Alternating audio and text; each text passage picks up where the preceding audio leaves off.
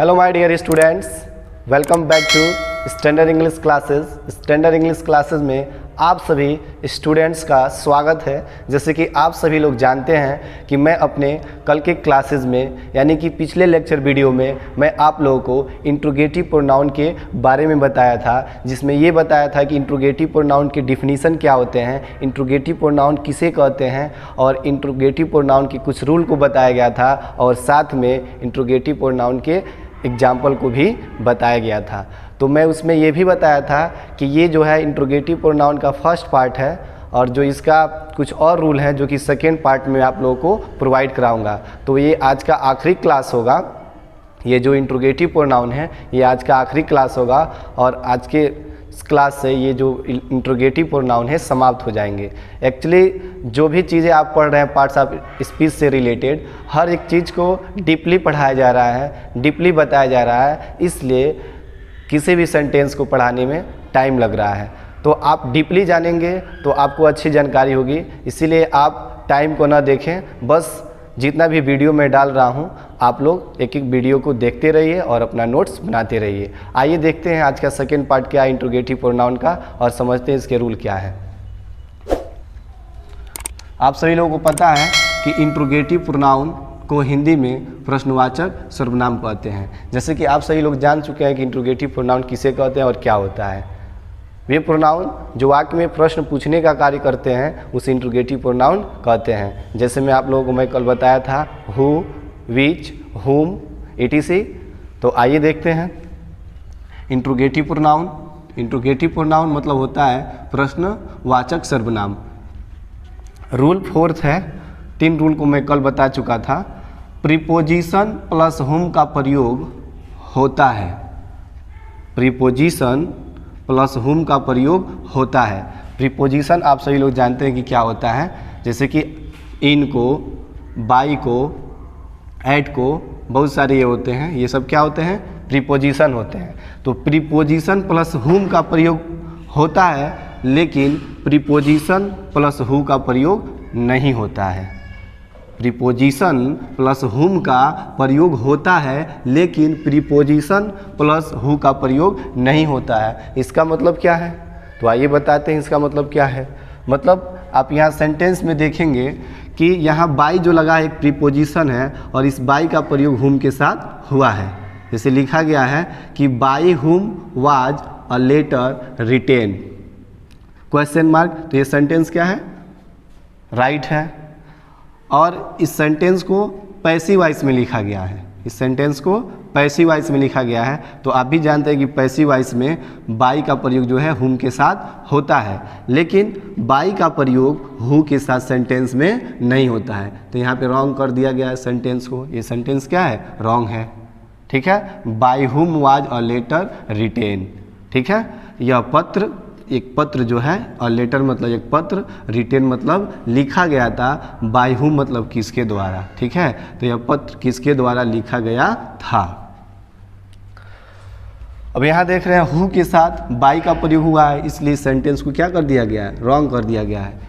तो ये रूल ये बता रहा है कि प्रीपोजिशन प्लस हुम का प्रयोग होता है, यानी कि पहले प्रीपोजिशन और फिर हुम लिख सकते हैं, लेकिन बाई यानी कि पहले प्रीपोजिशन और उसके बाद हुम नहीं लिख सकते हैं। यही सेंटेंस में बताने का प्रयास कर रहा हूं। तो आप यहाँ पे ध्यान देंगे कि हु के पहले प्रीपोजिशन का प्रयोग हुआ है, सॉरी हु नहीं, हुम के पहले प्रीपोजिशन बाई का प्रयोग हुआ है, बट हु के पहले प्रीपोजिशन बाई का प्रयोग नहीं करेंगे। यदि कर देंगे तो सेंटेंस क्या हो जाएगा, रॉन्ग हो जाएगा।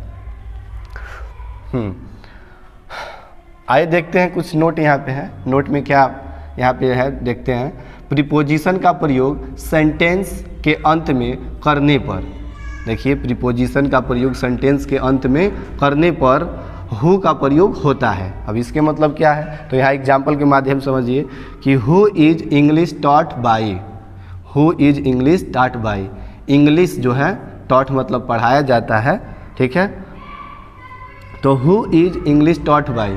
ठीक है, इंग्लिश किसके द्वारा पढ़ाया जाता है। तो यहाँ पर सेंटेंस देख रहे हैं, राइट है। क्यों राइट है, तो यहाँ देखिए यहाँ हु का प्रयोग हुआ है लेकिन बाई का प्रयोग कहाँ हुआ है, अंत में हुआ है।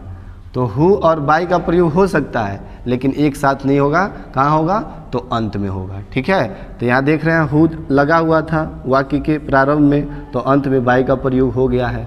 अंत में बाई लगा हुआ था तो शुरू में हु का प्रयोग हो गया है। और यहाँ आप देख रहे थे कि शुरू में जब बाई लगा था तो हु का प्रयोग रॉन्ग था, और यही बाई अंत में यहाँ लग गया है तो हु का प्रयोग राइट हो गया है।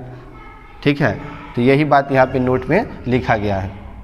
आइए देखते हैं रूल 5वां क्या है। वाट विच का प्रयोग वाक्य में सब्जेक्ट, सॉरी यहाँ सब्जेक्ट नहीं होना चाहिए, ऑब्जेक्ट होना चाहिए, यहाँ ऑब्जेक्ट होना चाहिए। वाट विच का प्रयोग वाक्य में ऑब्जेक्ट को पता करने के लिए किया जाता है। मतलब ये वाट जो होते हैं, विच होते हैं, इनका प्रयोग सेंटेंस में क्यों करते हैं, तो वाट और विच का प्रयोग सेंटेंस में ऑब्जेक्ट को ढूंढने के लिए, ऑब्जेक्ट को फाइंड आउट करने के लिए, ऑब्जेक्ट का पता लगाने के लिए हम वाक्य में वाट या विच का प्रयोग करते हैं। ये देखते हैं वाट जो होता है ये किसी निर्जीव वस्तु को ढूंढता है। वाट किसको ढूंढता है, तो किसी नॉन लिविंग थिंग को ढूंढता है। और जबकि विच किसे ढूंढता है, तो विच जो है किसी लिविंग थिंग को ढूंढता है, यानी सजीव चीज़ को ढूंढता है। तो जो वाट से पता लगाए जाते हैं जो भी ऑब्जेक्ट, उसे हम नॉन लिविंग थिंग कहते हैं, और जो विच से पता लगाए जाते हैं उसे हम लिविंग थिंग कहते हैं। आइए हम एग्जाम्पल के माध्यम समझते हैं। जैसे आप एग्जाम्पल में देखेंगे वाट, अभी यहाँ एक एग्जाम्पल दे रहे हैं कि Ram is speaking English. Ram is speaking English, Ram is speaking English. अब इसमें हमको पता लगाना है कि ऑब्जेक्ट कौन है, तो किसके माध्यम से पता लगाएंगे, तो वाट के माध्यम से, विच के माध्यम से हम ऑब्जेक्ट का पता लगा लेंगे, ऑब्जेक्ट को फाइंड आउट कर लेंगे। तो देखिए यहाँ लिखा है Ram is speaking English, Ram अंग्रेजी बोल रहा है। तो अभी इसमें हम पता लगाएंगे कि राम अंग्रेजी बोल रहा है, तो कैसे पता लगाएंगे ऑब्जेक्ट कौन है, तो देखेंगे वर्ब क्या है। ठीक है, वर्ब क्या है, तो वर्ब है इसमें दो वर्ब है, एक इज है और दूसरा स्पीकिंग है। तो इसको हेल्पिंग वर्ब कहते हैं और इसको मेन वर्ब कहते हैं। तो हम क्या करेंगे, वाट का प्रयोग कहीं ना कहीं हेल्पिंग वर्ब से पहले करके पता लगा लेंगे कि इस वाक्य में कौन ऑब्जेक्ट है। आइए यहाँ पे हम पता करते हैं। जैसे लिखेंगे राम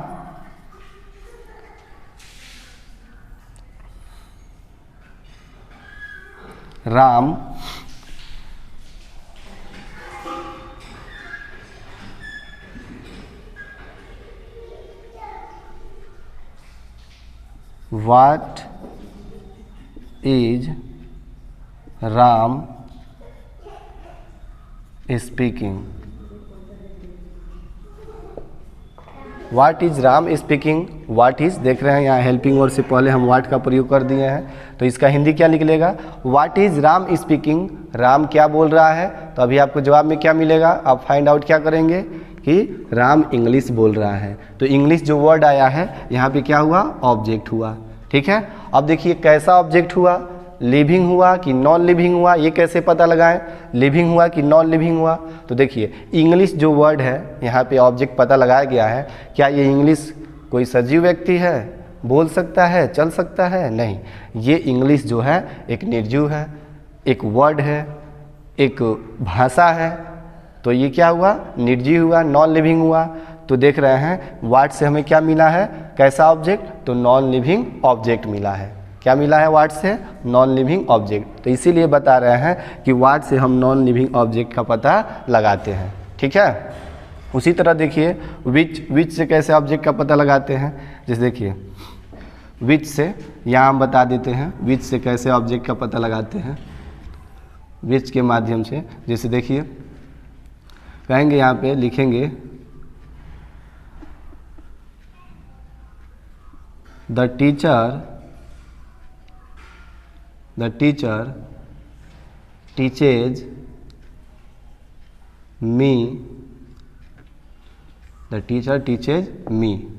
देखिए अध्यापक मुझे पढ़ाते हैं, अध्यापक मुझे पढ़ाते हैं।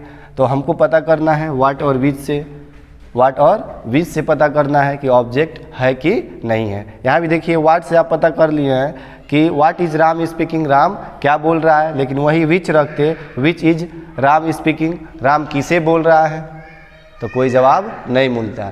किसे बोल रहा है, किसे से तो कोई सजीव ढूंढा जाता है ना, तो सजीव तो मिलेगा नहीं यहाँ पे, इसीलिए यहाँ पे विच का प्रयोग नहीं हुआ है। व्हाट का प्रयोग करके हम निर्जीव ऑब्जेक्ट को ढूंढ लिए हैं। उसी तरह हम इस वाक्य में हम व्हाट या विच को रखेंगे और जिससे मिल जाएगा ऑब्जेक्ट वही ऑब्जेक्ट होगा। जैसे टीचर टीचेज मी, ठीक है, तो क्रिया से पहले क्रिया क्या है, टीचेज, ठीक है, टीचर टीचेज मी, तो लिखेंगे व्हाट, ये प्रेजेंट इंडेफिनिट है तो इसका इंट्रोगेटिव जब बनाते हैं तो हेल्पिंग वर्ब के रूप में डू डज का प्रयोग करते हैं। तो लिखेंगे what does teacher, what does teacher,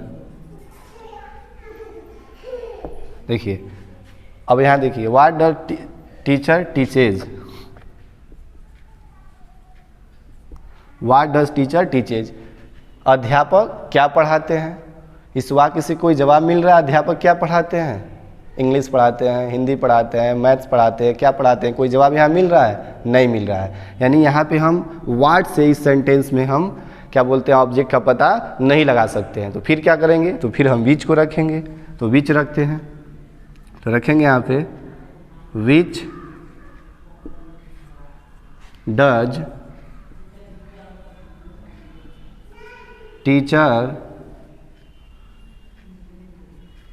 teach, which does teacher teach, which does teacher teach, अध्यापक किसे पढ़ाते हैं, अध्यापक टीचर,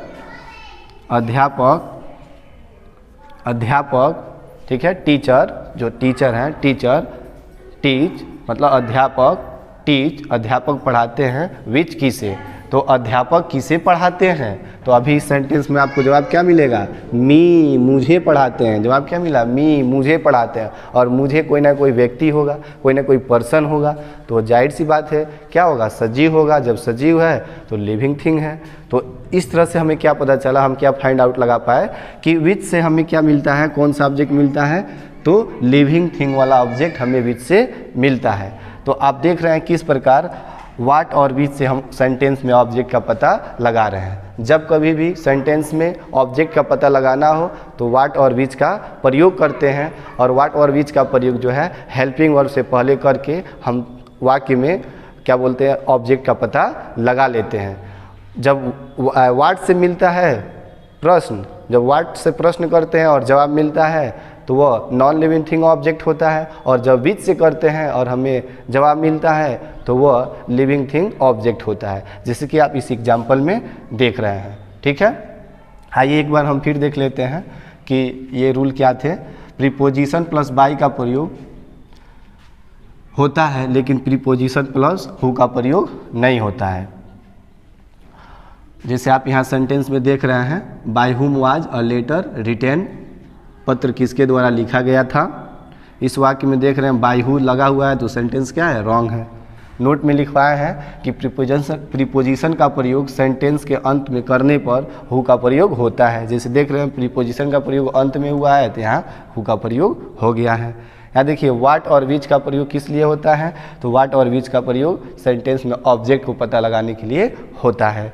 व्हाट से हम निर्जीव ऑब्जेक्ट को पता लगाते हैं, जबकि विच से हम सजीव ऑब्जेक्ट को पता लगाते हैं। जैसे आप यहाँ देखे हैं राम इज स्पीकिंग इंग्लिश, तो यहाँ पता लगाया है what is Ram speaking, Ram क्या बोल रहा है, तो आपको जवाब मिला है इंग्लिश। तो इंग्लिश क्या हुआ है, ऑब्जेक्ट हुआ है। कैसा ऑब्जेक्ट हुआ है, तो नॉन लिविंग थिंग ऑब्जेक्ट हुआ है। ठीक है, यहाँ देख रहे हैं टीचर टीचेज मी, अध्यापक मुझे पढ़ाते हैं, तो यहाँ व्हाट से हम पता लगा रहे थे तो कोई जवाब नहीं मिल रहा था। वही विच से पता लगाए हैं तो हमें जवाब मिला है। क्या जवाब मिला है, अध्यापक किसे पढ़ाते हैं, तो मुझे पढ़ाते हैं, मी, तो मी ऑब्जेक्ट मिला है। तो विच से जो ऑब्जेक्ट मिला है, मी कोई व्यक्ति होगा, ये क्या होगा, तो लिविंग थिंग होगा, सजीव ऑब्जेक्ट होगा। तो इस तरह से ये जो इंट्रोगेटिव प्रोनाउन के रूल थे, ये रूल क्या हो गए, समाप्त हो गए। और बाकी के जो पार्ट्स ऑफ स्पीच के भाग हैं, उस भाग को मैं कल से आप लोग को पढ़ाना स्टार्ट कर दूंगा। मैं पार्ट्स ऑफ स्पीच में नाउन के पूरे डिफिनीसन को, नाउन के पूरे पार्ट्स को पढ़ाया हुआ अपने वीडियो में। उसके बाद से मैं प्रोनाउन के डिफिनीसन को और प्रोनाउन के सभी पार्ट्स को मैं पढ़ा दिया हूँ। अब मैं आप लोगों को कल से एडजेक्टिव के बारे में पढ़ाऊँगा, एडजेक्टिव क्या होता है और एडजेक्टिव सेंटेंस में कैसे काम करता है। तो मैं उम्मीद कर रहा हूँ ये मेरा क्लास आप लोगों को अच्छा लगा है। अगर अच्छा लगा है तो प्लीज़ मेरे वीडियो को लाइक करें, सब्सक्राइब करें और ज़्यादा से ज़्यादा शेयर करें। थैंक्स।